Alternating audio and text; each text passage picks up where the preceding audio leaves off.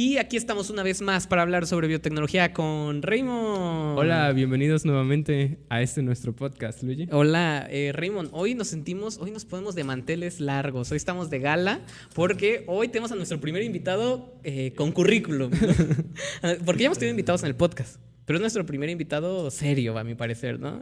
Exactamente. De categoría, diría yo. Exactamente. Exacto. Pues nada, vamos a presentarlo de una vez. Es el doctor Raúl Colorado Peralta. Doctor, ¿cómo está? Hola a todos, mucho gusto. Gracias por la invitación, Luigi. Gracias por la invitación, Ramón. Gracias, doctor. De hecho, justamente en nuestro podcast hemos hablado mucho sobre biotecnología y sobre organismos y todo, pero creo que estamos muy felices de por fin tener a alguien que nos pueda explicar, que nos pueda llevar a todas estas áreas de la biotecnología que no conocemos y sobre todo las áreas químicas, ¿no? Porque es donde nosotros más flaqueamos, ¿no? Casi no sabemos de esa parte y creo que toda la parte de nanotecnología y todo ello estamos nosotros bien chafas. Entonces, qué bueno que lo traemos a usted, doctor, para hoy hablar sobre nanotecnología. Ok, muchas gracias por la invitación. Sí, efectivamente, bueno, estamos en un campo multidisciplinar. Es importante saber un poquito de química, física, biología y pues la transversalidad que hay en cada una de estas disciplinas. La biotecnología y la nanotecnología justamente se ajustan en estos campos, ¿no?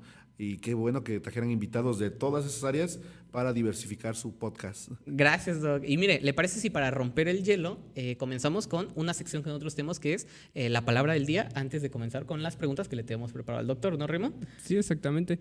En este caso, como pues el tema va a ser un poco centrado en nanotecnología y principalmente MOF, que es como sus investigaciones principales, pues queremos que nos ayude a que la gente sepa qué es un MOF o qué es una MOF. Ok, pero antes para también enseñarle al doctor y decía para romper el hielo, vamos a enseñarle la dinámica de cómo es la palabra del día.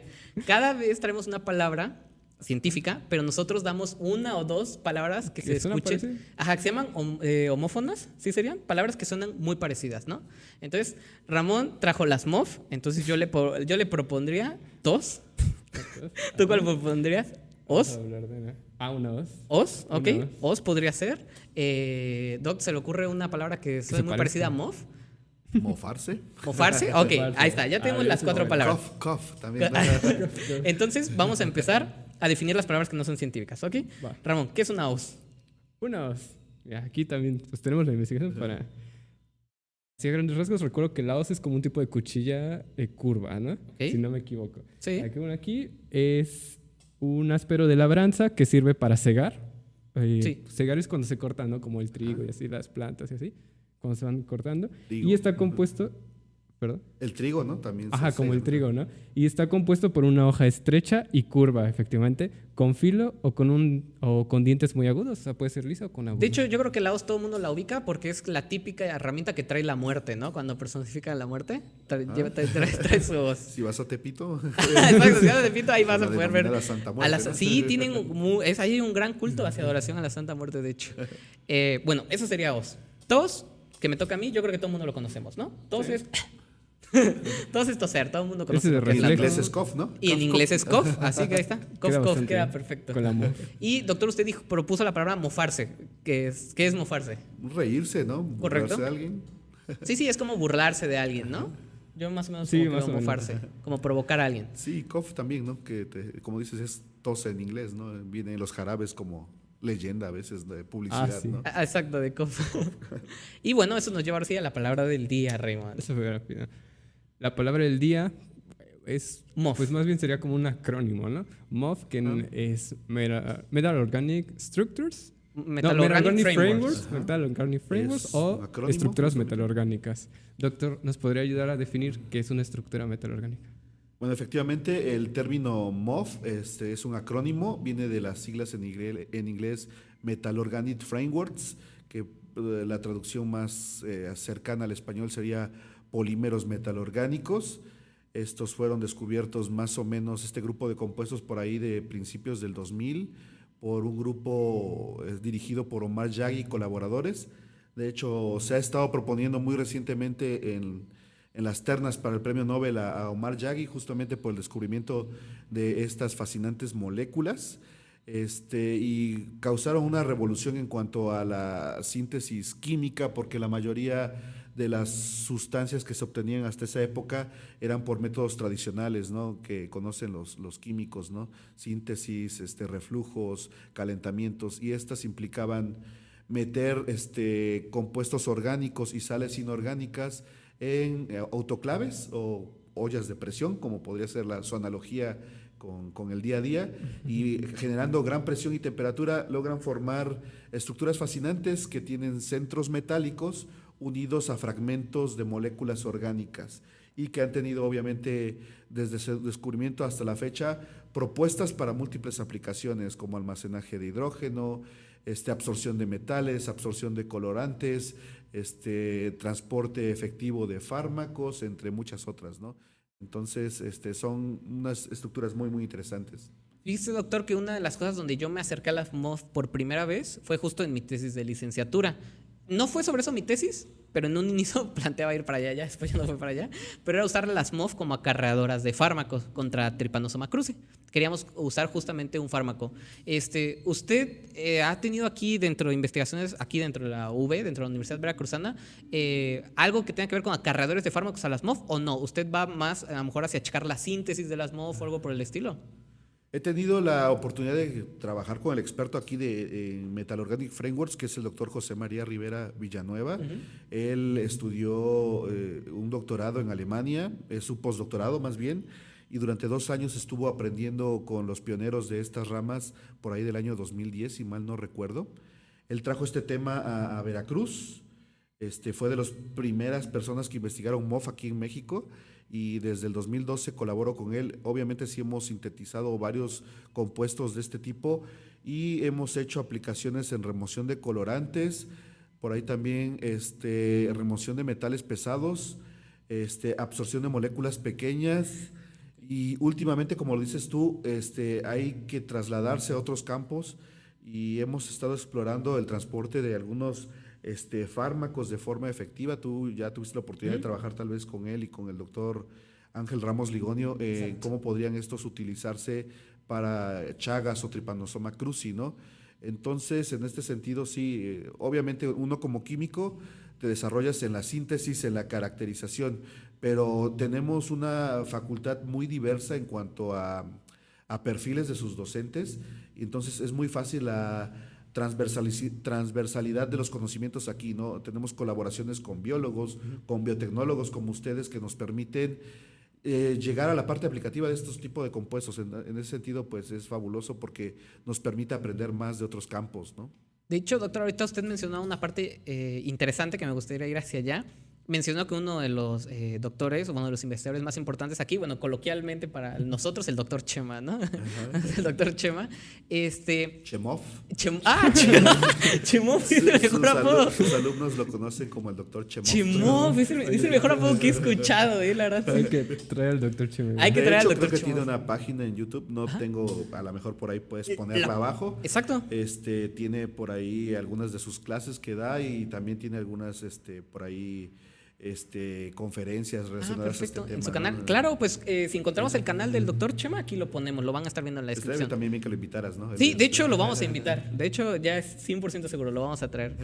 Pero como le decía, justo una de las cosas de cómo decir quién es un investigador, qué investigador tiene mucho impacto dentro del área, una de las maneras en que a veces los alumnos los medimos es poder decir, bueno, pues si pertenece al SNI, ¿no? O sea, si es parte del Sistema Nacional de Investigadores, el SNI pues tiene niveles, 1, 2, 3, etcétera. Entonces, eso me lleva a la pregunta, doctor, que usted, cuando lo consiguió, el ser SNI, ¿cómo se sintió para eso? Tengo entendido que, bueno, por lo que checamos en su historial, lo consiguió en el 2013, ¿no? Fue usted, se adhirió al Sistema Nacional de Investigadores. ¿Cómo es eso? Porque para muchos de nosotros que estamos estudiando ahorita la maestría y gente que estudia el doctorado, es una meta, o sea, es como un sueño decir no, pues algún día poder trabajar y vivir y ser el SNI, ¿no? Entonces, ¿cómo fue eso, doctor?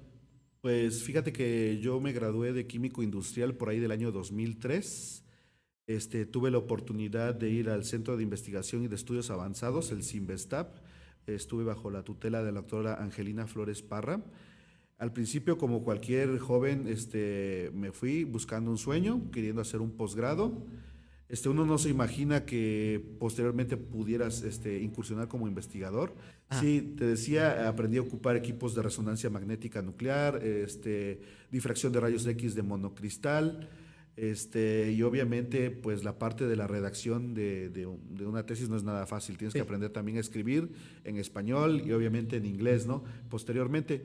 Entonces aquí va surgiendo una espinita. A medida que tú más vas estudiando y leyendo más y más artículos, vas viendo que adquieres más conocimiento y ves que en México, a pesar de no tener infraestructura como otros países de primer mundo, hay gente muy talentosa y sí hay uno que otro equipo para poderse desarrollar. Entonces, a lo largo de ese trayecto fui adquiriendo conocimientos, habilidades, destrezas que me permitió, al término de mi doctorado, tenía yo creo que, si mal no recuerdo, 6 o 7 artículos ya publicados, porque no tan solo me desenvolvía en ese grupo en cuanto a mi proyecto, sino que el hecho de manejar 2 o 3 equipos y manipular materiales, ese tipo de cosas, me permitió incursionar en los proyectos de mis compañeros y paulatinamente colaborar con ellos para también salir en sus publicaciones, ¿no? Entonces, yo no me lo esperaba, me postulé al Sistema Nacional de Investigadores por ahí del año 2012, cuando estaba en un postdoctorado en la UNAM, y como tú lo dices, en el 2013, finales de 2012, me informan que no tan solo había pasado el nivel candidato, sino que había saltado hasta el 1 en mi primera evaluación en el SNI. Entonces, fue una sorpresa porque te digo, no lo esperaba, pero eso me motivó. Dice, si ya estoy aquí, pues no hay que otra que seguirle, no me salgo hasta que me corran, ¿no? Okay. Wow, doctor. De hecho, a ver, Raymond, yo te vengo manejando el poderoso número de 0 artículos publicados. ¿Tú, Raymond? No, creo que no es una participación en un foro. Una mención. Creo que una vez un doctor me mencionó en una conferencia, ¿no?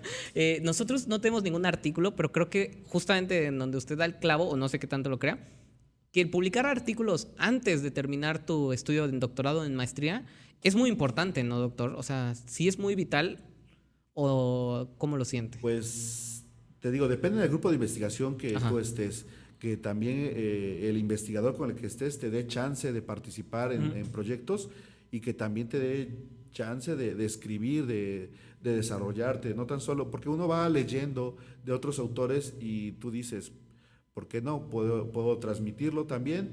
Y tus primeros ensayos pueden ser en artículos de divulgación científica. Ajá. Obviamente hay para diversos sectores, puedes incursionar tal vez en artículos para nivel universitario, nivel bachillerato o incluso para público más pequeño. En mi caso me cuesta cada vez más publicar para gente tal vez menor a la universitaria, porque a veces los tópicos o los temas que manejamos es difícil adecuarlos a un lenguaje común, ¿no?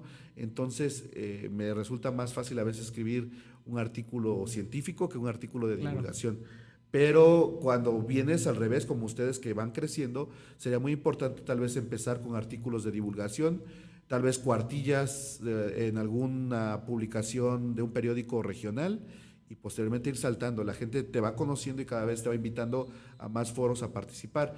Y si tu asesor te lo permite, ¿por qué no ayudarlo a escribir parte de sus investigaciones? Tal vez la introducción, los resúmenes, el abstract, y con esto creo que irías puliéndote cada vez más para que en un futuro pudieras tener pues 1 o 2 artículos al término de tu posgrado, ¿no? En mi caso, en mis estudiantes de maestría, sí me jacto de decir que al menos salen con un artículo publicado al término de su maestría, ¿no? Los que han estado conmigo lo pueden corroborar. Y obviamente, pues tuviera estudiantes de doctorado, evidentemente, para los doctorados es un requisito, ¿no? Fuerza. Tienes que publicar al menos 1 o 2 para que te dejen obtener el título, entonces ahí no hay opción. Pero es parte de un recorrido, de un aprendizaje, un día a día que te va ayudándote a desenvolver, ¿no? Okay, entonces, esperemos que ustedes también en un futuro, ¿por qué no? Ojalá que sí, porque de hecho hemos escuchado mucho de alumnos luego que van de licenciatura a maestría o de maestría a doctorado, que gran de sus ventajas es que ya publicaron un artículo. Al menos uno, ¿no? Siempre Y esa es como la ventaja de que sí me van a aceptar en la maestría o sí me van a aceptar en el doctorado. Pero justo, doctor, hablando, usted mencionó ya que estuvo haciendo hizo su postdoctorado en la universidad, en la UNAM. En ¿no? la UNAM estuve. En la Universidad Nacional Autónoma de México. Tenemos aquí, bueno, en la investigación que realizamos sobre usted, que específicamente fue en compuestos de coordinación de molibdeno, con ligantes azufrados y su aplicación como sistemas de modelo de molibdoenzimas, ¿no? En eso Sí. fue su tema de doctorado. No, de la parte postdoctoral. Perdón, de Si postdoctorado. quieres te contextualizo un poco. Ajá, es justo. Salí de ahí del 2003 y me fui al Cinvestav. Ahí estuve trabajando con el bloque P de la tabla periódica, que son los elementos, particularmente estuve enfocado en el grupo 13 de la tabla periódica, donde está boro, aluminio, galio, indio, talio, como los elementos más destacados de ese grupo. Pero aquí, en este grupo de investigación hacíamos heterociclos, ditiacinanos para ser exactos, y los coordinábamos este tipo de compuestos.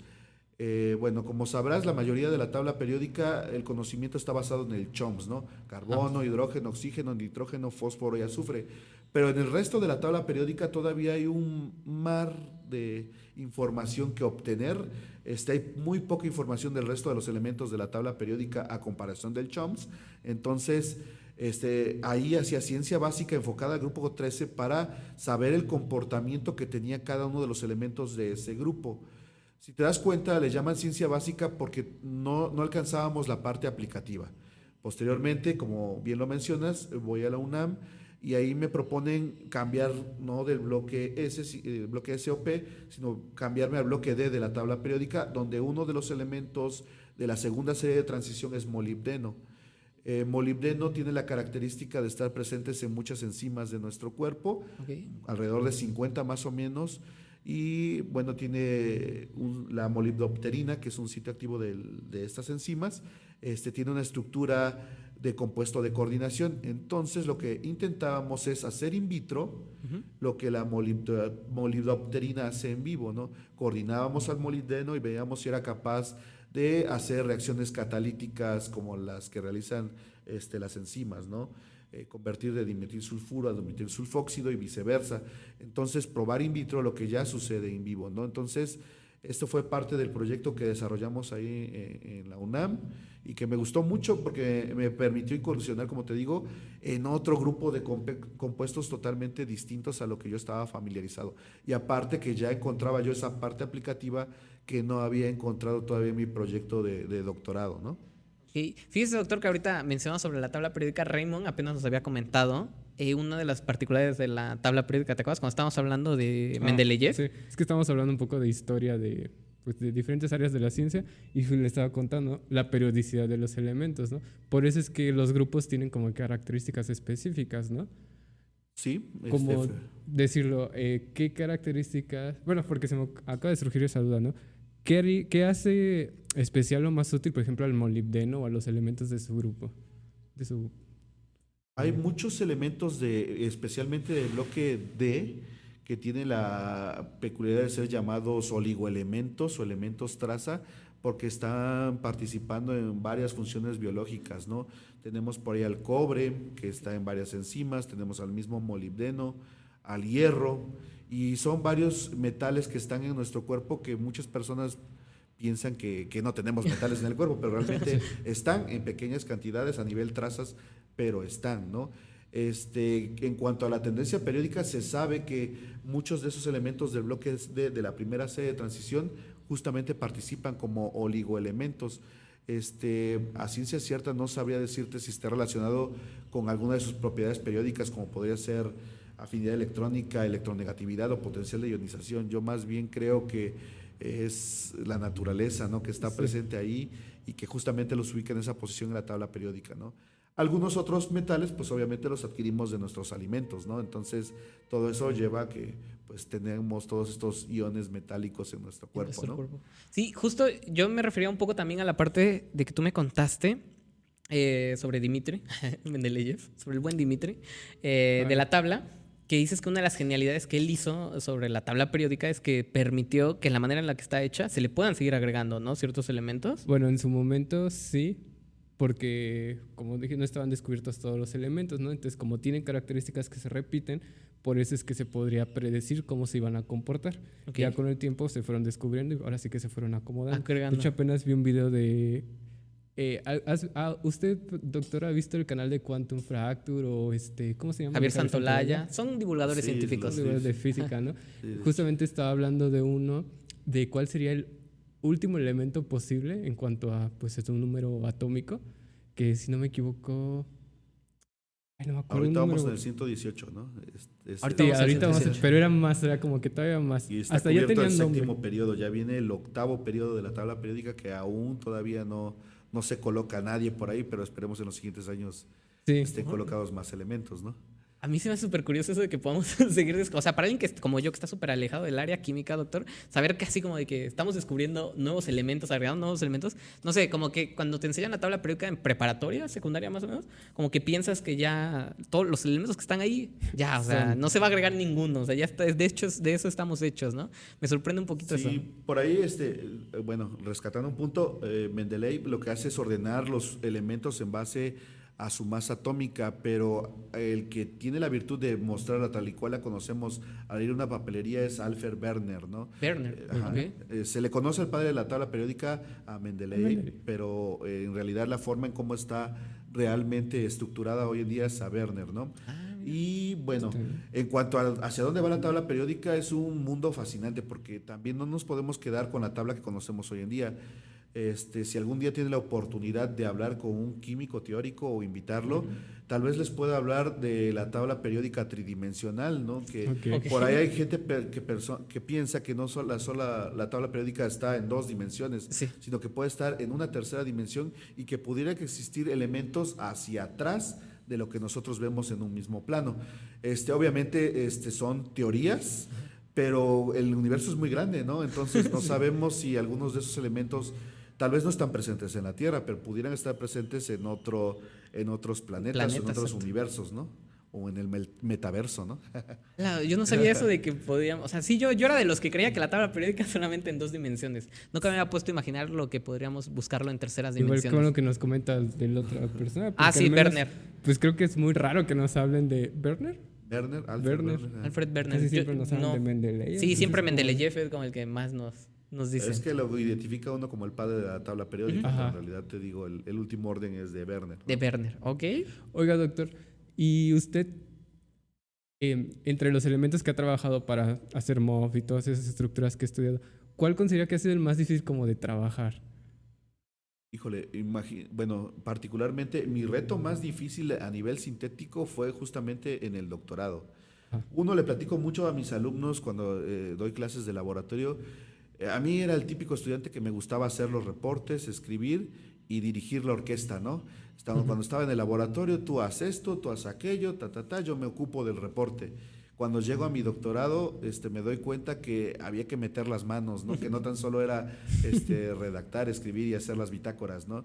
Y entonces me acuerdo que en ese tiempo empecé a quebrar un montonal de material. Supongo que mi asesora ya me quería correr porque estaba yo saliendo más caro de lo que beneficiaba al grupo de investigación, ¿no?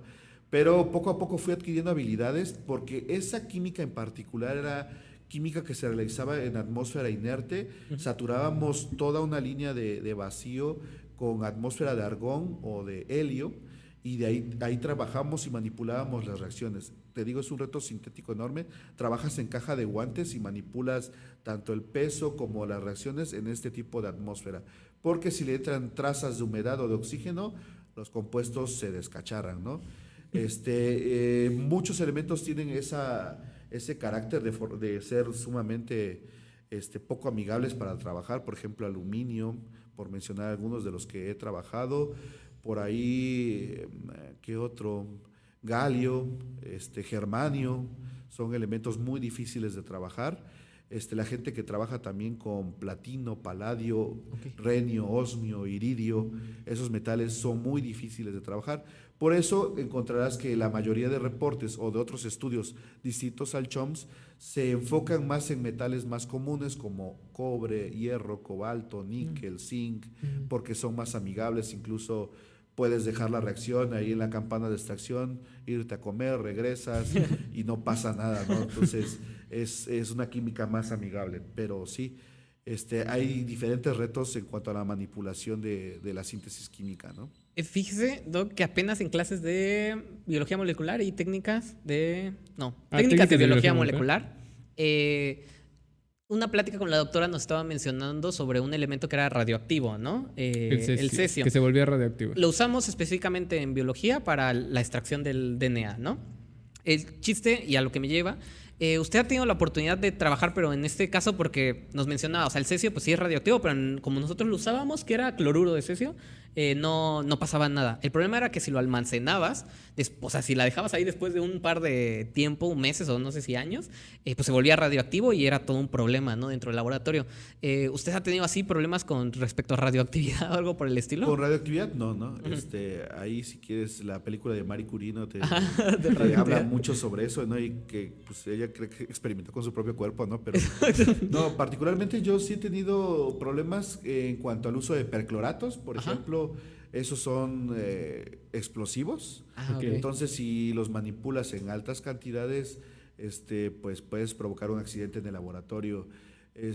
Por ahí también con mis compañeros en el doctorado en algún tiempo trabajamos con borano y también tuvimos problemas porque los hidruros particularmente se prenden con el ambiente, con el oxígeno del ambiente. Entonces hasta me acuerdo que una vez nos tuvo que ir Protección Civil y hasta bomberos a sacar un frasco, o más bien era una lata que tenía boridruro de sodio, si mal no recuerdo, y se estaba incendiando. Entonces tuvieron que hacer un hoyo en el jardín del Cinvestav para enterrar la lata y esperar que pasaran los días. Son de las cosas que pueden suceder a la hora de trabajar con reactivos químicos. Creo que nosotros está la típica, a ver, en el laboratorio de Inmuno, bueno, no en este de Inmuno para no comprometer a nadie, porque nosotros ni hemos estado tanto tiempo, como que los errores más comunes que te pueden llegar a pasar peligrosos es, por ejemplo, con el autoclave, que no lo pongan de la manera correcta y la presión llegue tanto que explote hacia arriba la tapa, eso puede ser peligroso, o que abras la presión del autoclave y quemes a alguien con el vapor, ¿no? Sí. Todo bien con respecto a seguridad en laboratorio, en lo largo que lleva pues de su trabajo, doctor, nunca ha tenido además de que nos contó de la lata que estaba incendiado, ¿todo bien en el laboratorio o sí le han llegado a pasar accidentes? No, o sea, accidentes como tal, no, te comento ese par de situaciones donde sí tuvo que intervenir Protección Civil, pero nuestra asesora lo manejó muy bien en su momento, okay. Nadie se puso tenso, entonces llamamos a las personas adecuadas para que nos solucionaran ese problema. Conflictos en cuanto al laboratorio, bueno, trabajé con unos compuestos que eran muy aromáticos, eran derivados de mercaptanos, los ditiazinanos que se hacen con hidrosulfuro de sodio. Y particularmente era interesante porque cuando me subía al microbús para regresar a mi casa, veía cómo la gente se alejaba de mí, porque la ropa se te impregna y hueles muy mal. Y recuerdo bien que cuando te bañas, ese vaporcito del agua hace que te salga todos esos vapores de azufre y literalmente huele como cuando estás en las aguas termales, ¿no? Entonces era chistoso porque te digo, la gente se alejaba, pero no era tanto el riesgo en ese sentido, sino era lo incómodo, lo incómodo y el olor poco común que tiene la gente hacia los reactivos químicos, ¿no? Sí, y más hacia el azufre. De hecho, las aguas termales a mí de chiquito me causaban mucho, no me gustaba, o sea, olía a huevo, yo decía que olía a huevo y de chiquito no me gustaban nada las aguas termales. No, fíjate que no conozco. ¿Nunca has estado en unas aguas termales? No. ¿Usted sí ha estado en aguas termales? ¿Verdad que es o sea, yo siento que es lo más recomendable, se siente muy bien, ¿no? Todo calentito como un sauna, pero huelen a azufre. Huevo podrido. Sí, huelen a huevo podrido, muy buenas, te lo recomiendo, Ramón, si algún día puedes. Un día. Bueno, acá cerca de Veracruz hay unas, ¿no? Sí, en Carrizal, ¿no? Carrizal, sí. De hecho, esas fueron las que yo fui, en Carrizal. Están buenas, recomendadas. Y bueno, visita en Carrizal. Visita en Carrizal. Recapitulando uno de los puntos que usted había mencionado, de que dice que usted fue más de tomar la batuta, ¿no? Decir, ustedes hagan esto, hagan aquello, y ser también el que escribía, le gustaba escribir. ¿Qué tanto o qué tanta problemática? Porque ahorita vamos a ir hacia allá, vimos unos de sus artículos publicados, y todos, o si no es que casi todos, están publicados bajo títulos en inglés y están en inglés por completo los artículos. ¿Qué tan importante es para alguien que se quiere dedicar a la investigación ya dominar el idioma? ¿Es como de, ¿lo puede dominar o es un ya apúrate? O sea, ya tendrías que haberlo sabido para ayer. ¿Cómo es? Bueno, estas nuevas generaciones creo que ya saben el compromiso que es tener... el compromiso que tiene aprender inglés hoy en día, ¿no? No tan solo en el área de investigación, también en la industria y en cualquier trabajo te están pidiendo inglés como una lengua muy, muy importante para desarrollarte, ¿no? Ok. Particularmente cuando yo terminé mi posgrado, cuando terminé la licenciatura, para ser honesto, mis conocimientos de inglés eran de escuela pública y sabemos Ok. que la escuela pública Sí. en el país no te ofrece buen nivel de inglés. Cuando me fui a estudiar el posgrado, tuve la oportunidad de irme a estos centros que te enseñan otro idioma, terminé mis 16 niveles, el de perfeccionamiento, y tuve la oportunidad en ese tiempo que la asesora con la que estuve me envió a un par de estancias, una en la Universidad de Viena, el Instituto Tecnológico de Viena en Austria, y otra en la Universidad de Wisconsin en Madison, y donde tuve la oportunidad de sí o sí, pues a intentar comunicarte. Y creo que esa es la principal herramienta, llegar a otro país y no te queda otra que expresarte. Si lo volviera a hacer, cometí un par de errores ahí. Una es que me encapsulé con más mexicanos Y y, puro y español, ¿no? y hablábamos demasiado español. Si alguien tiene de ustedes la oportunidad de irse, le recomiendo que intente diversificarse, irse con los chinos, con los coreanos, con los europeos y practicar su inglés lo más que pueda. No tan solo para ir al McDonald's y pedir el combo 1, ¿no? O el 2 o el 3, sino realmente intentar perfeccionarlo cuando vayas, porque eso es una herramienta muy útil. Tengo mucho contacto con el doctor José María, él que estuvo en Alemania y que no le quedó de otra y estuvo 2 años, él domina muy bien el inglés hablado, ¿no?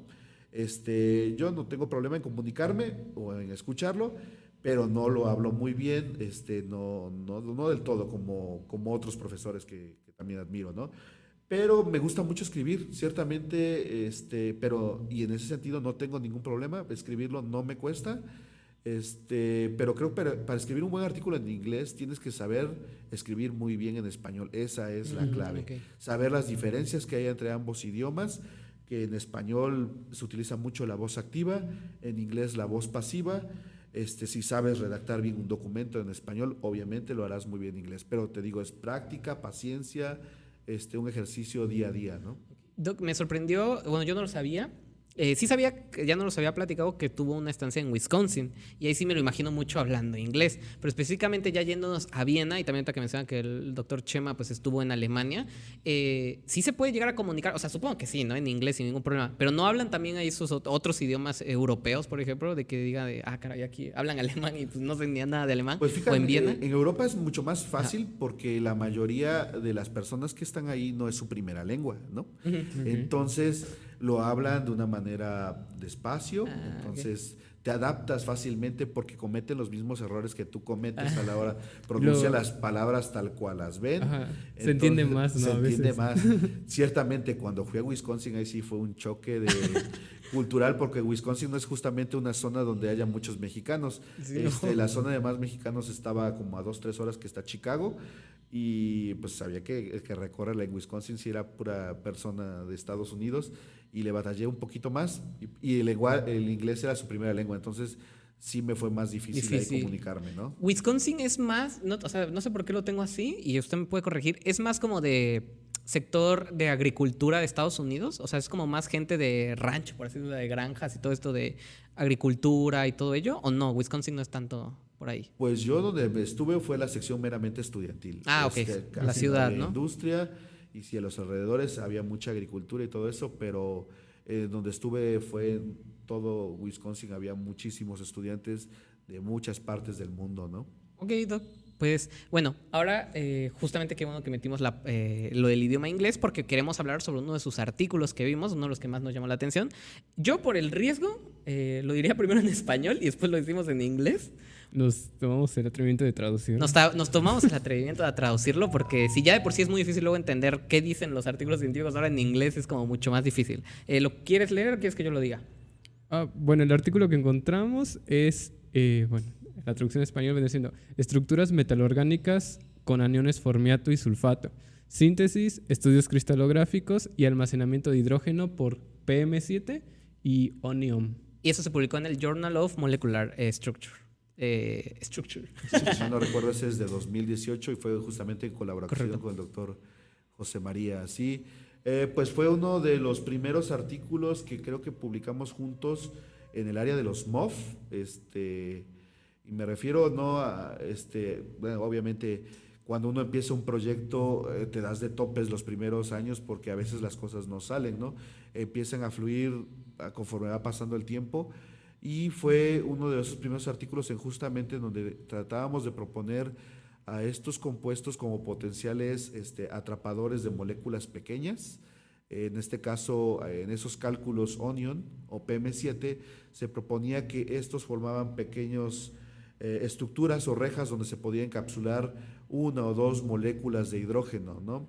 Recordemos que uno de los problemas que enfrenta hoy es que la sociedad es que los combustibles fósiles se están agotando, ¿no? Sí. Mucha gente propone como una fuente de energía alterna al hidrógeno, ¿no? Sí. Pero uno de los principales problemas que tenemos con hidrógeno para poder realmente proponerlo como una fuente de energía es cómo almacenarlo, ¿no? No puedes ir por la vida en tu auto con hidrógeno, imaginen el primer choque, Sí, explotarías, ¿no? Con los métodos convencionales que tenemos para almacenar ese tipo de gases. Entonces, justamente los polímeros revolucionaron a los polímeros desde ese punto de vista porque permiten atrapar ese tipo de moléculas como metano, hidrógeno u otras, ¿no? Entonces, justamente la propuesta era evaluar qué tan viables eran esos compuestos para atrapar ese tipo de moléculas pequeñas y bueno, eran sintetizados con el ion formiato o sulfato, que son aniones relativamente de fácil acceso, muy versátiles. Entonces, porque otro de los riesgos de tener MOF, o no de riesgos más bien, es qué tan caro es Sale, ¿no? crear un material que pueda almacenar hidrógeno y que se pueda comercializar en un futuro. Entonces, el formiato y el sulfato, atrapando redes de otros centros metálicos, pues que hayan metales MOF muy baratos que podrían potencialmente ocuparse para esa aplicación, ¿no? Bueno, antes de tu pregunta me recuerda mucho a la que estábamos hablando hace rato sobre la terapia génica, que decíamos que sale más caro hacer como una terapia génica pues, o sea, que curarlo de una manera convencional. Y ahorita Sí. con lo que menciona usted, con lo que pues que no nos salgan más caras las MOF, me recuerda al dicho que no salga más caro que el caldo que las habas. El caldo que la gallina, ¿eh? No es el caldo que las habas, es una modificación. Bueno, es que ¿Usted uno cómo es lo de conoce, pollo y doctor? otro es de res. Ajá. ¿Usted cómo conoce ese dicho? Es que no salga más caro el caldo que las habas. ¿O nos va a Y salir más las caro? albóndigas, ¿no? Las albas, Igual es eso, ¿no? A lo mejor ya había Siempre. habas, albóndigas. Nunca la atinamos. Nunca la atinamos. creo que tienen hambre. Y aquí metemos cualquiera. Bueno, ahí dejamos sobre los dichos.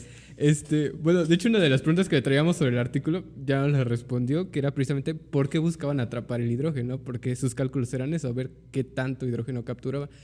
¿Sí tenía alguna facilidad de liberarlo después o cómo se hacía? Sí, la mayoría de los estudios que se hacen con estos polímeros metalorgánicos, no únicamente por nuestro grupo de investigación, hay sin fin de polímeros metalorgánicos destinados para este fin, justamente evalúan eso, ¿no? Qué tan fácil es almacenarlo y luego liberarlo.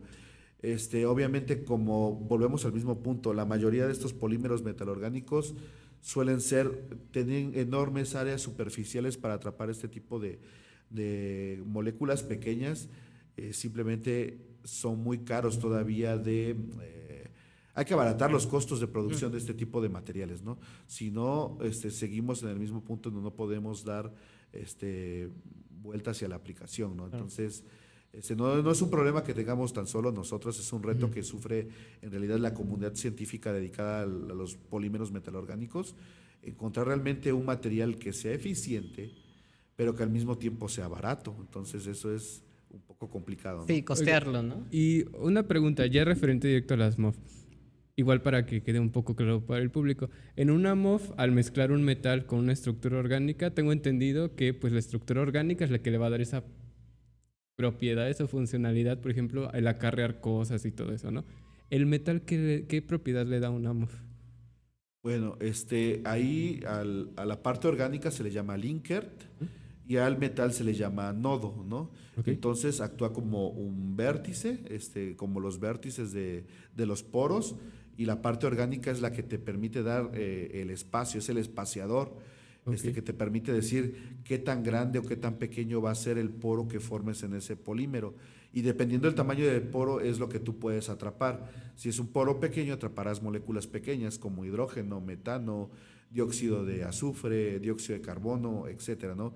Si es un poro más grande, podrías almacenar un pigmento, como naranja de metilo, azul de metileno, rojo congo, o algún fármaco como ibuprofeno, ¿qué otro?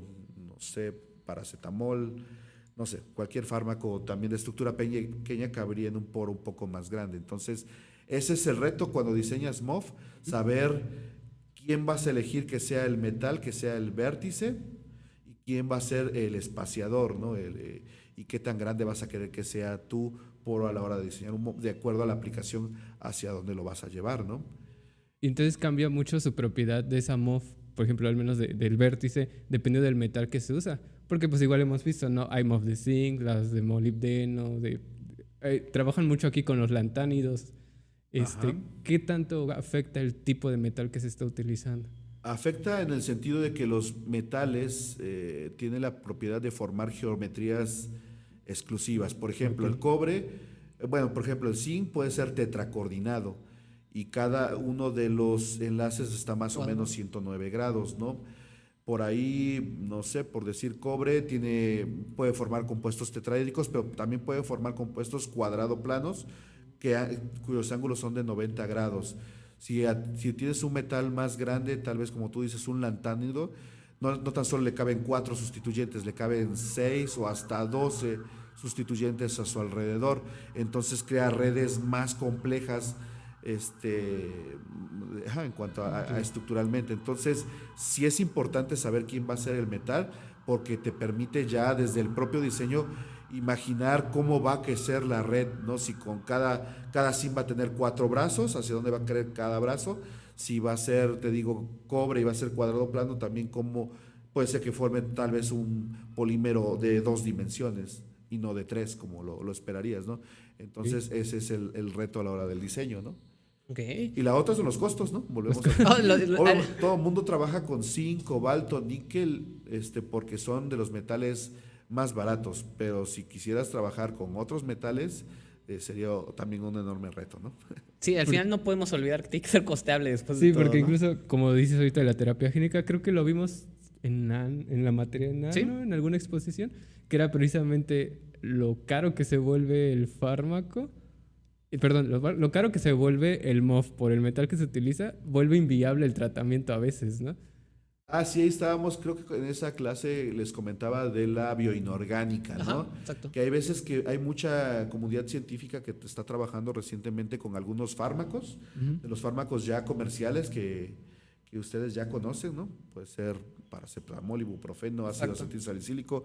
Le coordinas un centro metálico, obviamente tiene que tener oxígeno, nitrógeno o azufre para coordinarse al metal, y eso crea ya una nueva estructura. Muchas veces el metal potencializa la actividad farmacológica del fármaco, pero volvamos, ¿con qué me refiero con potencializar? Que no sé, tal vez, estoy hablando al azar, ¿no? Paracetamol necesitas 500 miligramos para que te haga efecto, y tal vez necesites 1 miligramo del complejo con cobre.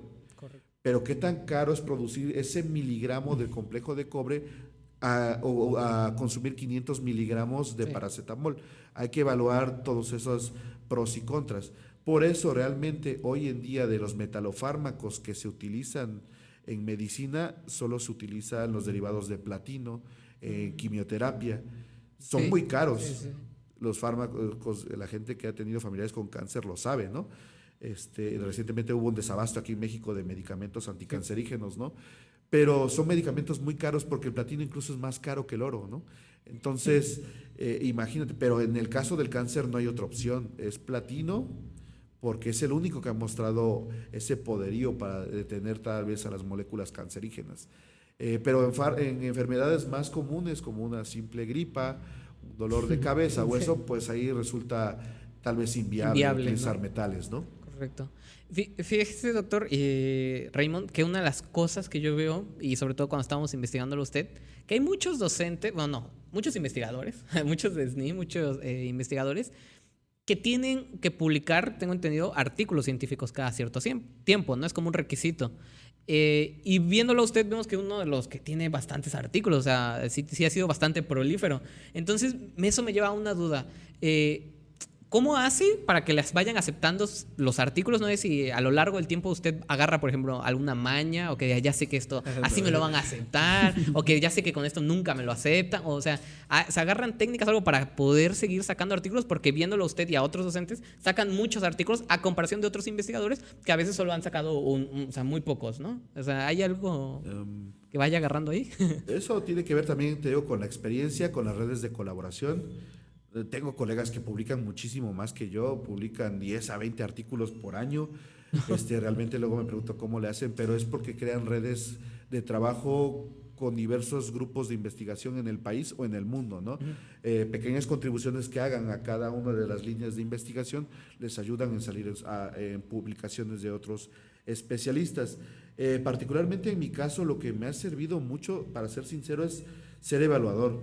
Sin mentirte, independientemente de los artículos que yo publique, he de estar evaluando entre 15 y 20 artículos de otros autores por año. De hecho, ahorita tengo 3 evaluaciones, una para el 2 de abril, otra para el 9 de abril y otra para el 31 de marzo, donde debo de entregarles a las editoriales mi reporte acerca de esos 3 trabajos.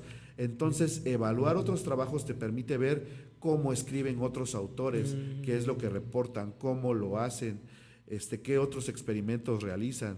Y eso a mí me permitió también diversificar más mis líneas de investigación, mis proyectos, también buscar otras herramientas de caracterización, aplicaciones, etcétera, para los proyectos que estoy desarrollando, y obviamente te ayuda mucho a poder escribir, ¿no? Entonces empiezas a ser intuitivo, y desde que ves el proyecto de tu alumno o tuyo dices, ¿es viable? ¿No es viable?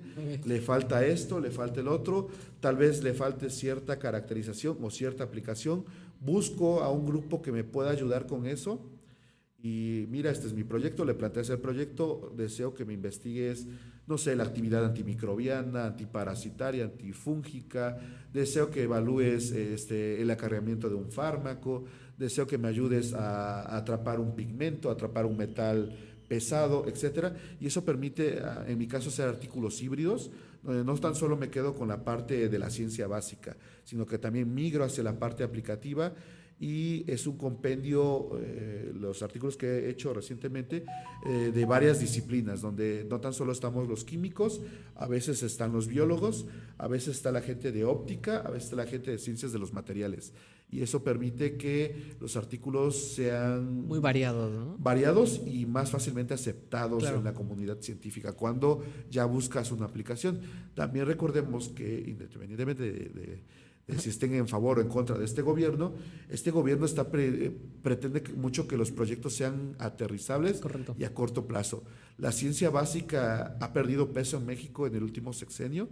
La mayoría de los investigadores hemos tenido que migrar y ver a nuestros compañeros de otras disciplinas para adaptarnos y adaptar nuestros proyectos con ellos y buscar cosas que sean más aterrizables a corto plazo, ¿no?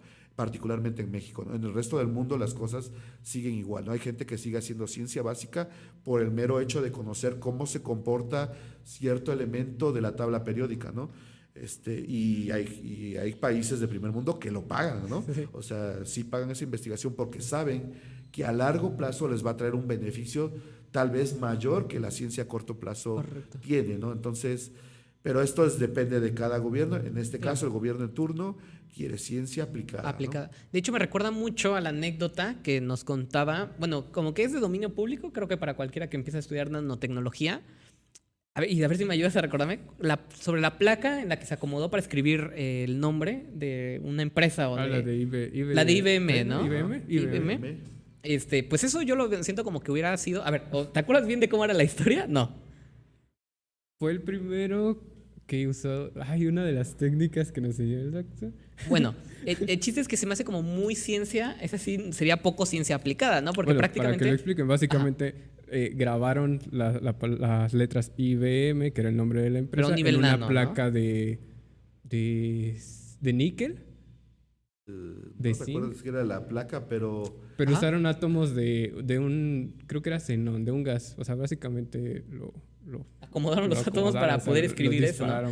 Y eso se me hace como que sí hubiera sido poco, o sea, digamos, haciendo la imaginativa que hubiera sido ahorita en México y bajo investigadores mexicanos, pues quizás hubieran dicho, no se hubiera aceptado en México esa investigación, ¿no? Porque no le verían el uso práctico en ese instante. Sin embargo, eso para la historia de la nanotecnología sí que fue muy significativo a largo plazo, ¿no, doctor? Sí, todavía hasta hace pocos años estaban los proyectos de ciencia básica y sí, en México sí se patrocinaba ese tipo de proyectos.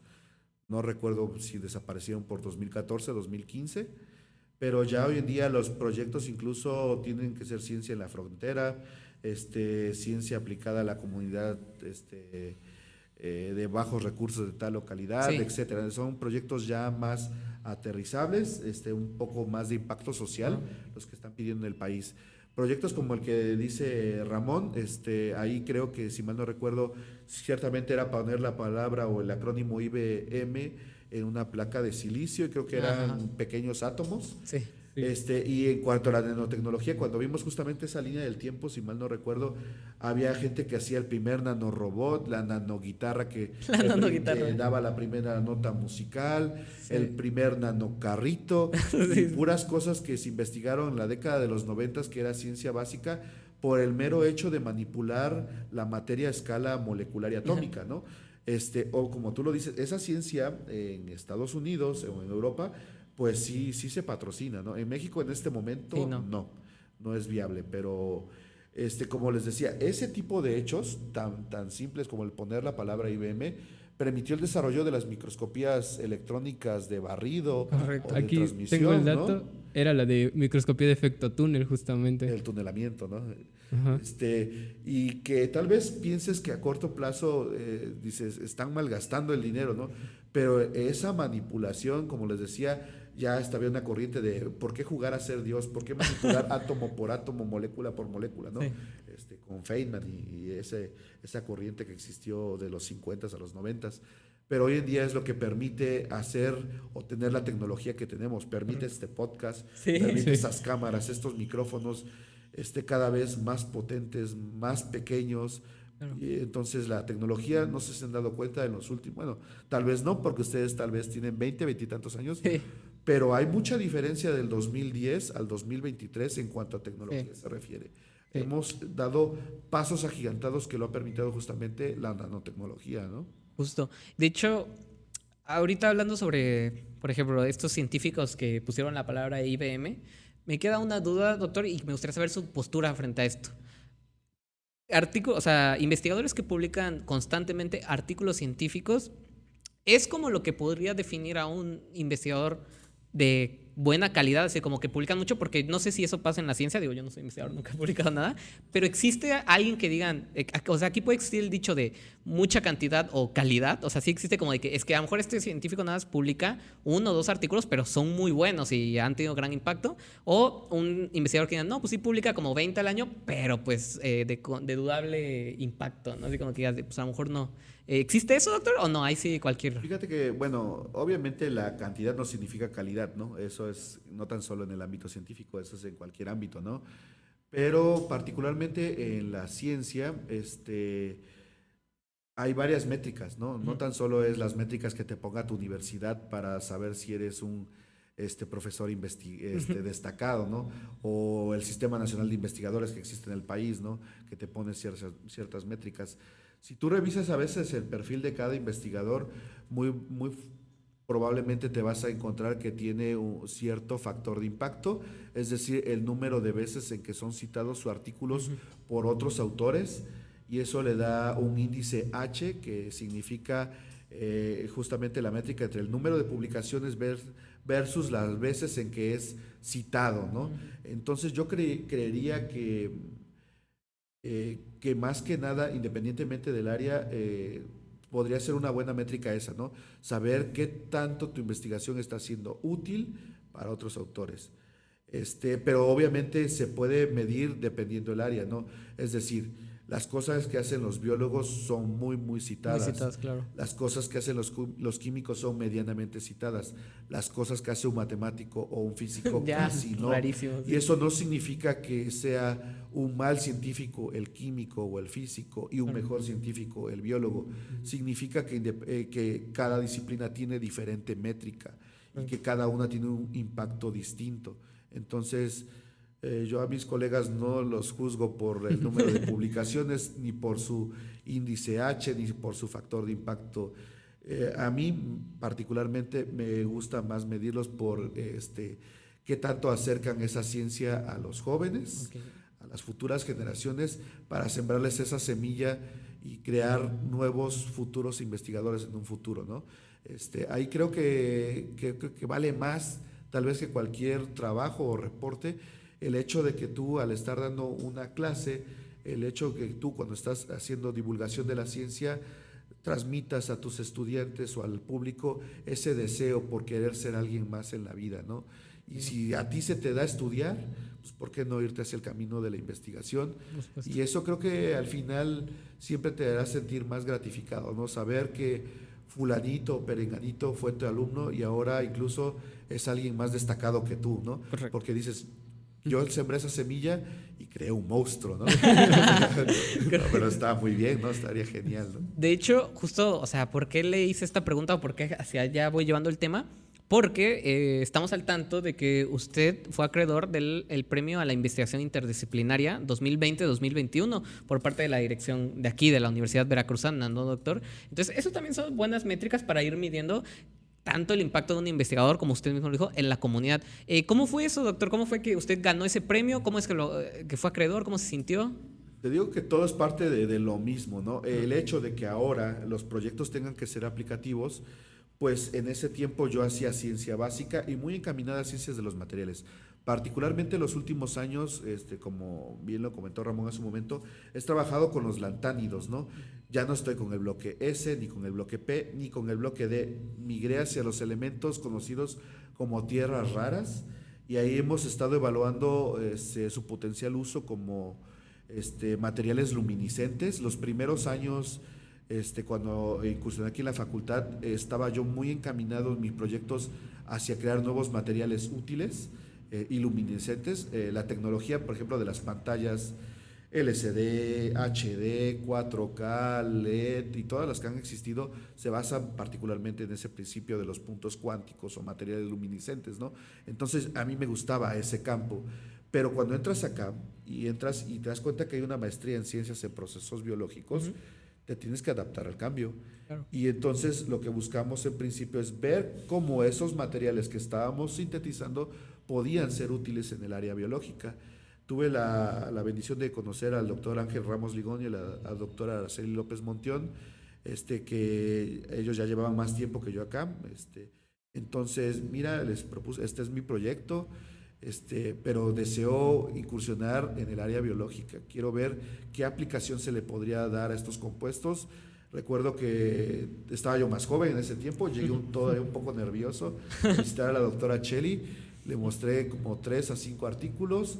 Le digo, mira, puedes leer, esto es lo que hace la comunidad bioinorgánica respecto a estos materiales. ¿No te parece que podríamos hacer algo similar? Y ahí surgió una bonita relación con este grupo de investigación, que ustedes también conocen, donde ya hemos tenido camino recorrido desde el 2016, 17 para acá. Ahí empezamos a hacer proyectos, pero resultados publicables empezaron hasta 2019. Claro. Y de ahí cada año venimos 19, 20, 21, 22, 23, publicando continuamente artículos de revisión bibliográfica, artículos experimentales entre nosotros. Y ellos son especialistas en la enfermedad de Chagas, en la enfermedad de Tecruzi, pero también les interesó, al igual que a mí, incursionar en este aspecto de la citotoxicidad y de cómo estos compuestos podrían ser potencialmente utilizados en tratamientos quimioterapéuticos. Ahí, por ejemplo, los lantánidos ya no son tan tierras raras como antes se les consideraba, ya no son tan caros, sus métodos de purificación se abarataron y hoy en día están casi a la par que los de la primera serie de transición y muy poco explorados. Entonces, ¿por qué no proponerlos como potencial reemplazo al platino? Okay. Ya habíamos estado comentando de eso. Hemos tenido buenos resultados. Somos uno de los 3 o 4 grupos a nivel mundial que estamos trabajando con lantánidos y que estamos haciendo citotoxicidad y actividad anticancerígena y antitumoral con este tipo de compuestos. Y por ahí vamos, te decía, esto no es ni nuevo ni viejo, tendrá como 5 años que varios grupos de investigación estamos volteando hacia estos nuevos elementos y viendo si tienen uso o no realmente en actividad biológica. Esperamos en un futuro seguir creciendo con este grupo de investigación, no tan solo evaluar la actividad, sino también ver mecanismos de acción, cómo estos actúan contra las células cancerígenas, de qué forma se produce la apoptosis, o bien también ver si son selectivos, células malignas versus células benignas, y ver si hay cierta selectividad, o por qué no incursionar hacia otras disciplinas, ¿no? Actividad antiparasitaria, antifúngica, Claro. antimicrobiana. Estamos evaluando todas estas posibilidades y seguramente, si Dios lo permite, Va a haber buenos va a haber- resultados, ¿no? y más estudiantes que se quieran unir a nosotros, Claro. seguramente habrá buenos resultados en un futuro, ¿no? Pues yo creo que sí, de hecho, porque pues estamos bien, la universidad es una buena universidad, tenemos bastante requisito.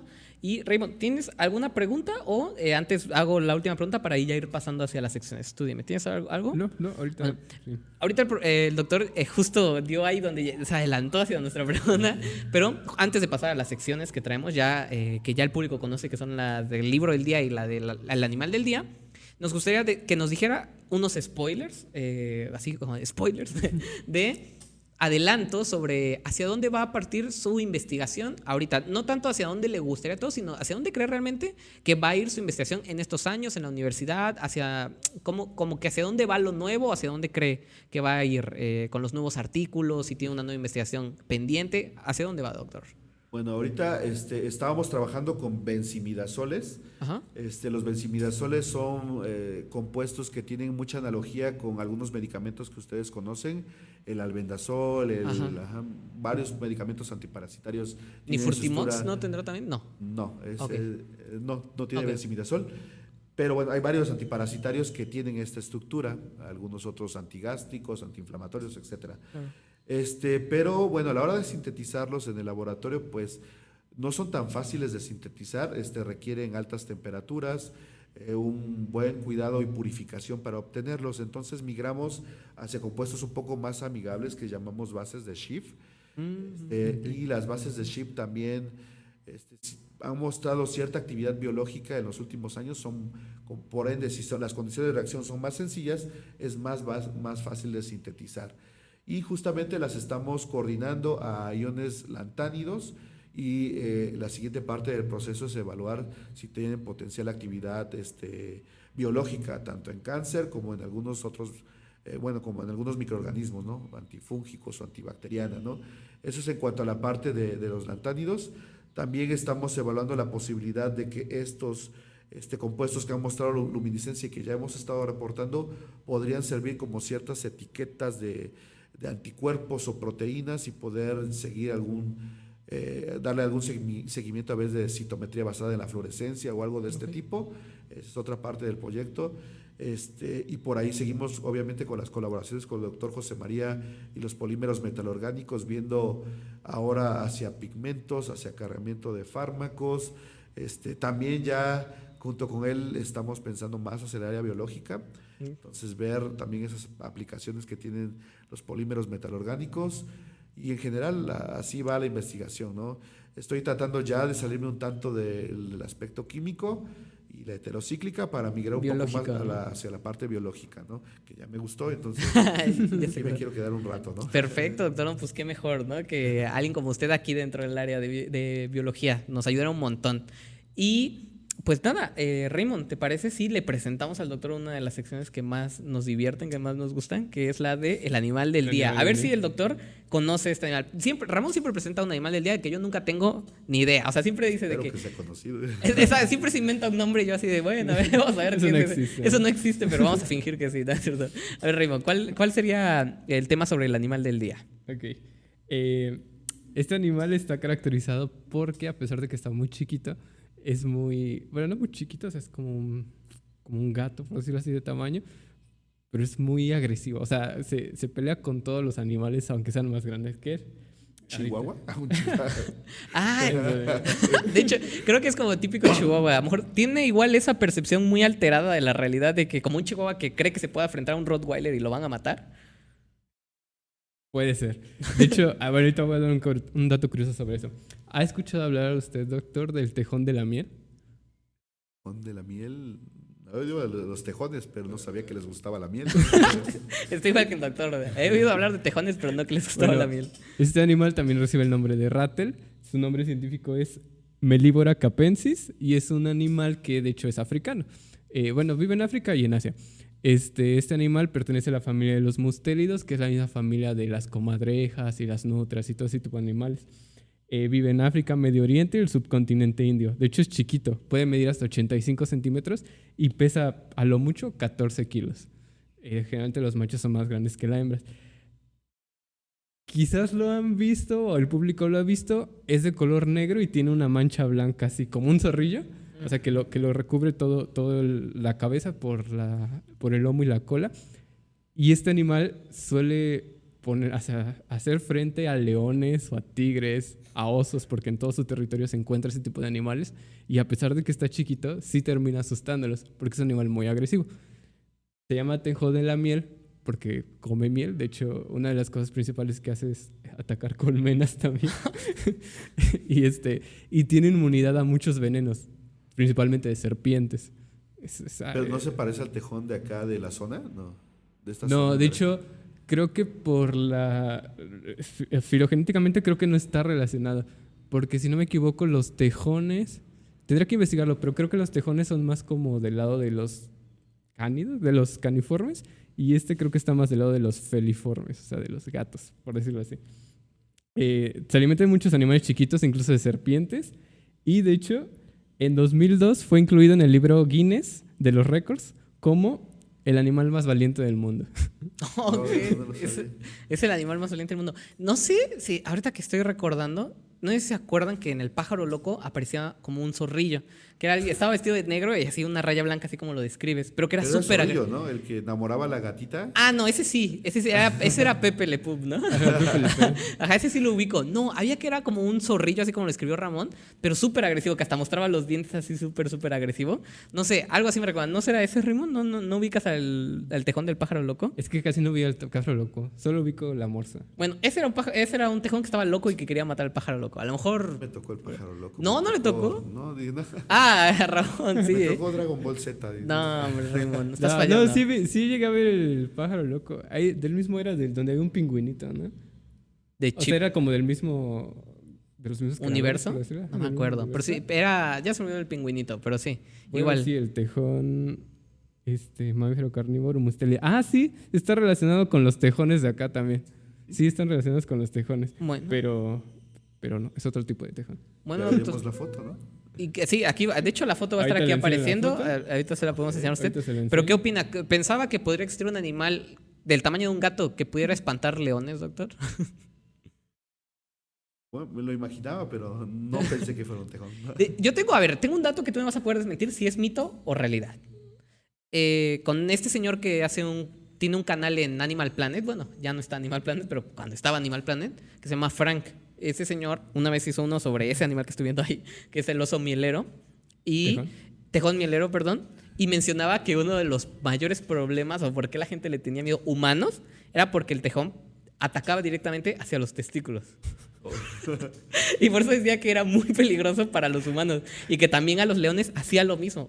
O sea, que ese animal tenía la peculiaridad de ir directamente hacia ahí y por eso le tenían miedo. ¿Quién sabe? Pero también tengo entendido que su piel es muy gruesa, entonces igual por eso es que no le hace O sea, mucho que daño. una garra de un león no le hace nada, pues. O sea, sí fácilmente, ¿no?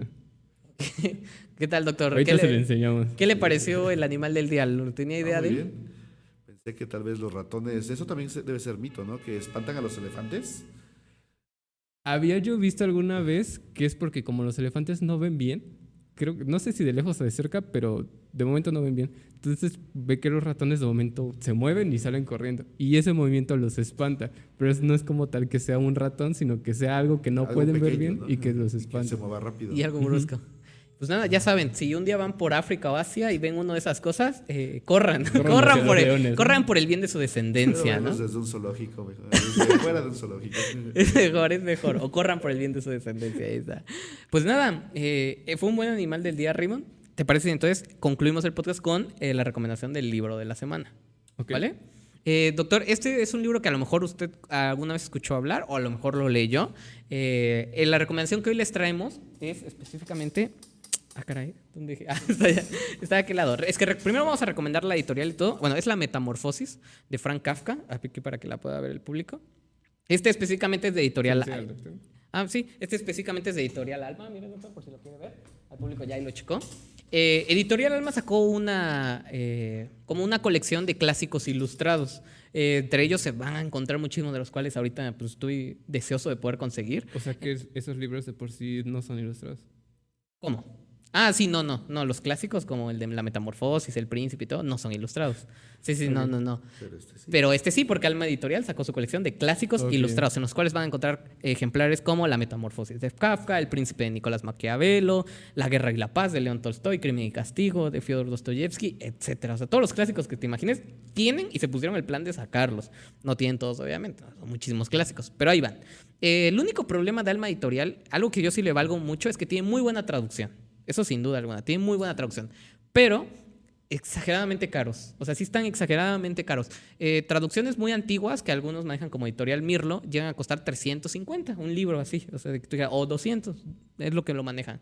Pero estos libros, al menos yo vi el que me quería comprar ahorita de Ana Karenina, de León Tolstoy, ya estaba en 700 y cacho. Y de hecho el que me quería comprar de El hombre que sabía demasiado, algo así, no me acuerdo mucho, que es una traducción de Julio Cortázar, también por Alma Editorial, Clásicos Ilustrados, ya estaba en 800 pesos. O sea, ya...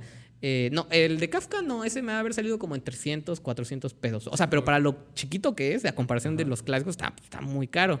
Entonces, pues nada, esa es la editorial. Ahora ya vámonos hacia el análisis y hacia lo que queremos platicar sobre Kafka. Primero, doctor, ¿usted alguna vez había escuchado sobre La Metamorfosis o lo había leído? Escuchar, pero la verdad no lo he leído. No lo ha leído, claro. De hecho, pues yo tampoco lo había leído hasta apenas. ¿Tú, Raymond?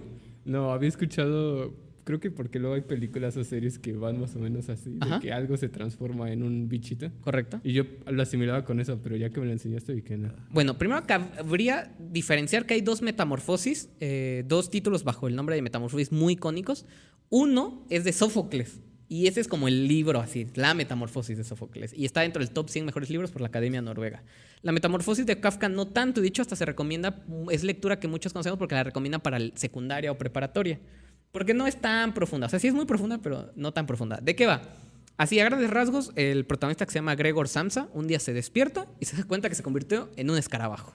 Ya, punto. Te despiertas y te das que es un escarabajo. Ya está medio extraño. Y pues nada, la familia pues lo ve como un escarabajo y le tiene miedo, pero pues después recuerdan que es el de la mamá y su papá pues es su hijo y de su hermana pues que es su hermano y lo tratan bien. En un inicio lo tratan muy bien, lo cuidan todo, pero conforme avanza la historia pues ya les da asco, ya no le dejan comida o ya lo tratan despectivamente. Al final lo que pasa es que Gregor se muere, o sea, el escarabajo se muere porque no le dan de comer ni nada por el estilo. De hecho, hasta lo golpean, en algún momento le botan una manzana y se le queda atorada. Y pues cuando se muere ahí se ve en su cadáver la manzana. Y ya, ahí acaba la metamorfosis. Ustedes dirán, pues qué onda, ¿no? Es un cuento muy corto realmente. Yo los invito a leerlo para que pues, puedan ver, obviamente lo estoy sintetizando, resumiendo muy brevemente. ¿De qué va el análisis? Como la metamorfosis es de secundaria, mucha gente ya le ha hecho análisis. Yo comparto un poco de ellos con el que dieron, pero dicen que habla más que nada sobre cuando hay una persona incómoda en la familia. Ya pueden ser de muchos temas. El más clásico, yo creo que es el que trató de llevar Frank Kafka cuando hizo la metamorfosis, es cuando uno se vuelve anciano, porque ya no puede aportar dinero a la casa, porque ahora los hijos te tienen que cuidar, porque ahora necesitas ciertas cosas, te puedes volver molesto para tu familia, y yo creo que así va. Otros análisis dicen que también tiene que ver quizás con la gente que entra en depresión o que tiene enfermedades mentales, porque también los tienes que estar cuidando y todo ello. Pero en sí, yo creo que el tema principal que Frank Kafka quiere traer en la metamorfosis es cuando un miembro de la familia se vuelve incómodo. ¿Qué pasa? Pues la familia se empieza a corromper, o sea, se empieza a fracturar. Porque la familia de Gregor era muy bien, o sea, padre, madre, hermana y hermano, todos se llevaban muy bien. Pero en cuanto el hermano se volvió literalmente un escarabajo, todos empezaron a tener peleas entre ellos. Los padres, pues ya sabes, las típicas peleas de, pues es tu hijo, y ofender con que es de tu familia y de tu estirpe. La hermana como de, pues, ¿por qué lo hago yo todo? Ya empieza a haber esa pelea. En cuanto se muere Gregor, ya toda la familia regresa a la felicidad. O sea, ya es como, mira, ya se murió, ya no tenemos que estarlo cuidando, todos somos felices y hasta se mudan de casa. Entonces, de eso va el análisis. A mí me gustaría hacer la pregunta, y aquí, bueno, aprovechando que tenemos al doctor, ¿Usted cómo ve? O sea, ¿qué piensa sobre todo eso? ¿Cree que sí es cierto? ¿Cree que no es tan cierto? ¿Cree que pasa más en las familias latinoamericanas o es de todo el mundo? Bueno, cabe destacar, Frank Kafka, europeo, no sé bien de dónde, pero pues obviamente el título que hizo, creo que es alemán. Yo diría que es alemán. ¿Qué piensa, doctor? Cuando sí considera muy importante que a veces en la familia llega a pasar que hay ese miembro incómodo y puede Mientras no seas fracturar tú, toda la ¿no? familia. Ah, y a veces, ¿qué tal? Incómodo, señor. Es como el típico chiste, ¿no? De que, y si usted no reconoce al miembro incómodo en su familia es porque es usted, ¿no? Pues no había pensado seriamente en eso, pero tiene razón. No, pues la verdad no lo he leído, pero de acuerdo a la sinopsis que das. Doctor, y ¿puede bajar el micrófono? De acuerdo a la sinopsis que das y de acuerdo al relato que nos das posteriormente, pues sí, ciertamente siempre hay una persona incómoda en la familia. Esperamos no ser nosotros. Pero pues no lo sé. Creo que no es propio de la cultura No, latinoamericana, ¿verdad? creo que es globalmente, ¿no? Y también depende de la formación que tenga cada familia, porque todas las familias somos distintas, ¿no? Correcto. Y de hecho, yo siento que quizás hasta la latinoamericana la tenemos como medio reservado eso, porque él es europeo. ¿Ya viste de dónde era? Lo que actualmente es República Checa, Ah, nació era en Praga. nació en Praga. Ah, ok. Antes, Imperio Austrohúngaro. O sea, en su Ok, tiempo en el todo Imperio era Austrohúngaro. austríaco. Justamente una de las cosas que yo creo que está muy blindada a la sociedad latinoamericana es como que le tenemos mucho respeto a la familia, ¿no? O sea, para los latinoamericanos es muy importante la familia, le tenemos mucho respeto a los abuelos, a los padres, a los tío-abuelos incluso, etcétera. Creo que en Europa no tanto, ¿no? En Europa sí es más como de pues, los abuelos y los padres tienen más eso, ¿no? Lo asimilo mucho porque así lo suelen representar en las películas más de Estados Unidos, ¿no? De que luego los viejitos ya es como que muy común de ya eres viejito a un asilo. Casi siempre Sí, así luego, terminan luego. en las historias. Por ejemplo, como esta de Disney, la de Up, Ajá. aunque ellos ya no tenían familia, o sea, por eso querían llevarlo allá, pero creo que lo he visto mucho representado en series y películas de Estados Claro. Unidos. Entonces sí, yo creo que es quizás un problema más europeo, casi no pasa tanto en Latinoamérica, como que nosotros sí nos hacemos muy cargo de nuestros padres y nuestros abuelos, ¿no, doctor? En cuanto a la familia, tenemos como que raíces muy sólidas, ¿no? De los latinos. Tal vez tenemos temor a lo extraño, a lo diferente, a lo que se sale de nuestro Entendimiento. entendimiento, pero en cuanto a la familia, creo que no estamos como otros países del primer mundo, donde sí, ciertamente es más común ver a la gente mayor en un asilo, ¿no?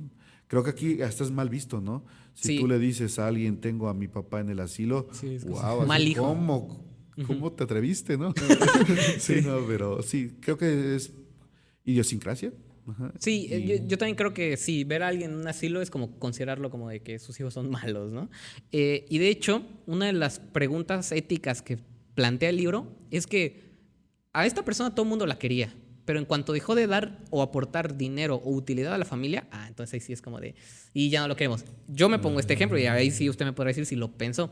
Nosotros cada vez crecemos más y cada vez estamos más cerca de ese punto en el que se vuelve incómodo de, ¿y en dónde vives? En casa de mis padres, ¿no? Y es como de chale, pero trabajas, ¿no? Entonces es como de, a ver, ¿qué estás haciendo? ¿Qué aportas? Como que llega ese momento en el que creo que el hijo se puede ver incómodo para los padres y como, no, pues que ya se vaya, ya, yo para qué le sigo pagando. Doctor, ¿a usted le llegó a pasar así que dijera sentirse usted incómodo, como decir, chale, como que ya me estoy pasando de vivir acá o no, nada de eso? Pues saliendo de la universidad, creo que ahí es un parteaguas. Sí, yo dije, ya estuvo bien de estirar la mano. Y justo cuando me fui a estudiar el posgrado dije, ya no. E incluso le dije, mi papá me daba dinero y le dije, no, no, no quiero nada. Quiero que este triunfo o derrota sea mío, solo mío. Perfecto. No, no llevarte en el camino. Y creo que cuando me fui a México sí le batallé. Los primeros 6 meses estuve trabajando mucho tiempo en los banquetes, como mesero por más o menos un año, medio año, eventos sábados, domingos y viernes, y de ahí sostuve los propedéuticos para entrar al posgrado, pero justamente me supo mejor porque me mostré a mí mismo que era capaz de estar fuera del entorno familiar, generar mi propio recurso y mantenerme sin estar pidiéndole más a la familia. Pero creo que también es parte de la cultura, ¿no? Que después de la universidad te sientes así como que quiero mostrarme a mí mismo que puedo mantenerme a mí para después tal vez poder mantener a otros, porque no sé si se dan cuenta, pero también en Latinoamérica es muy dado que el hombre es el soporte de la casa y bajo él están los hijos, la esposa, y no debería ser así. Obviamente ha ido cambiando conforme el tiempo, la mujer se ha integrado más y ahora son 2 soportes en una casa, pero eso ha cambiado. En mis tiempos todavía era menos, ¿no? Sí, no, claro. Y creo que incluso, aunque hemos ido bien hacia un buen camino, claro que debe haber ejemplos en los que aún no sea así, ¿no? Incluso me pongo a pensar que en las regiones más alejadas de la ciudad, pues más debe de ser como difícil, ¿no? Como encontrar una región. Por ejemplo, me pongo a pensar en las ciudades aquí, o sea, ejemplo, Orizaba, las gentes que están más pegadas hacia la montaña y así, o sea, a pesar de que estamos, ¿qué? A 20 minutos, pero esos 20 minutos se vuelven bien largos cuando se da uno cuenta de que nuestras tradiciones son bien distintas a las de ellos. Allá todavía se vive muy en pues, una sociedad patriarcal, incluso cosas que nosotros vemos muy normal como llevar el cabello largo o pintado, para ellos todavía es cosa bien distinta, O ¿no? incluso casarlos desde muy jóvenes. Yo me acuerdo que, ves que te digo que iba mucho hacia arriba de la Perla con mi papá porque trabajaba por allá y sí veía luego matrimonios, principalmente donde la esposa era prácticamente una niña, ¿no? O sea, la veías y era una niña. Sí, sí, sí. Creo que se da más en aquellos lugares en el cual no hay como te puede, o sea, la mayoría de edad esto es un mito, ¿no? Sí. Y pues nada, doctor, esos serían nuestros análisis. Eso fue La Metamorfosis de Frank Kafka. La recomiendo totalmente para quien la quiera comprar. A mi parecer, Alma Editorial es muy buena, pero compraría, por ese precio, compraría otros libros de La Metamorfosis, quizás en Penguin Random House, que es una mejor editorial.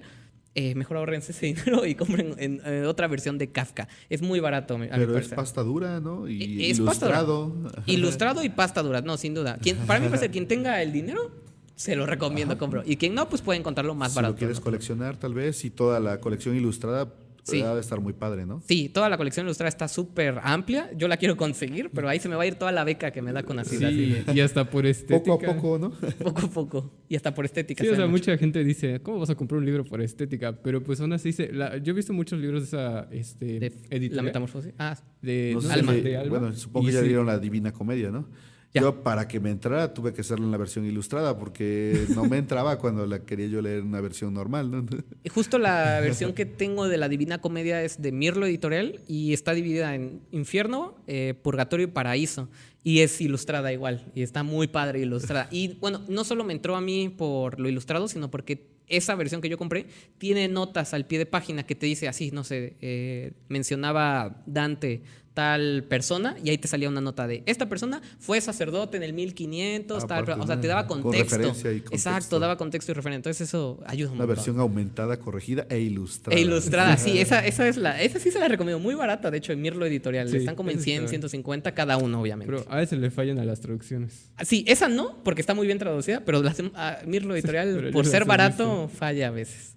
Pero bueno, Cabe recordar que Ajá. también ese tipo de español era distinto al que manejamos hoy en día, ¿no? correcto. Sí. Sí, leerlo también no es tan, Tan un niño de sencillo. secundaria. Dice. Sí, Que no. yo- No es cosa fácil. Y sobre todo la Divina Comedia. De hecho, en los libros no lo hemos recomendado la Divina Comedia, la queremos dejar más para adelante, porque como que vamos llevando a nuestros lectores así poco a poquito, vamos de menos a más, ¿no? Ya llegaremos a esas obras monstruosas más adelante, que están súper En padres. el capítulo número 100. En el capítulo número 100 recomendamos la Divina Comedia, ya es un hecho. Cuando empiece a monetizar con este tipo de videos. Cuando moneticemos, recomendamos la Divina Comedia, eso va a estar. Y pues Próximamente. nada, vamos a cerrar el capítulo de hoy con, ¿Conclusiones? con las conclusiones que hacemos. Mira, yo doy el primer ejemplo, tú das un ejemplo para que el doctor cierre y ya con eso se acabe el podcast, ¿no? Ok, Va.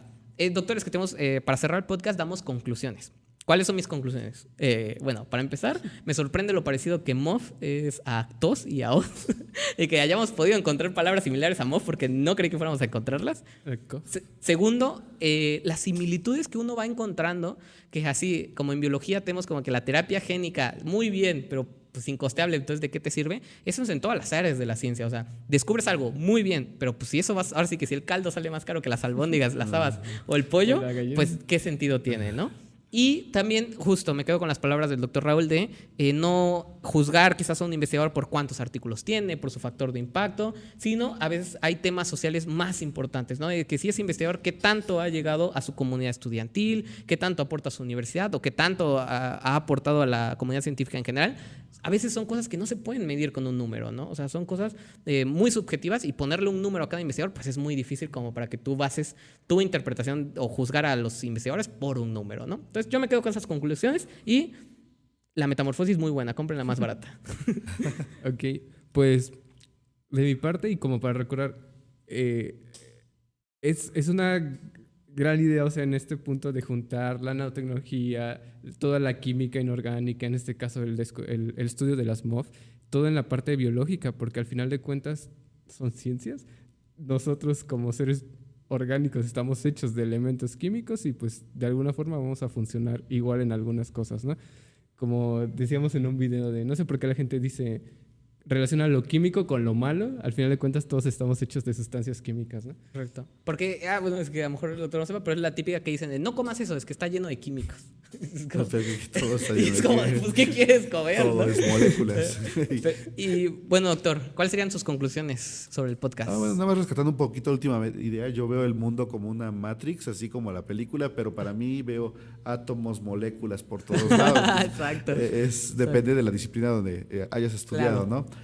Bueno, para finalizar, quisiera agradecer por la invitación, Gracias. al mismo tiempo felicitarlos, porque ya la verdad yo soy muy fanático de los podcasts, en Spotify sigo varios, pero la mayoría de los podcasts que se dedican a celebridades, a aspectos chuscos de la vida, y no he encontrado como tal podcasts que se dediquen a la ciencia. Tal vez porque a la gente no le llame tanto la atención. Estamos viviendo una época donde la gente consume demasiada información audiovisual barata. Claro, sí. Me incluyo porque a veces volteo a ver mi celular y ha pasado más de una hora y he estado viendo contenido basura y pues no está padre, ¿no?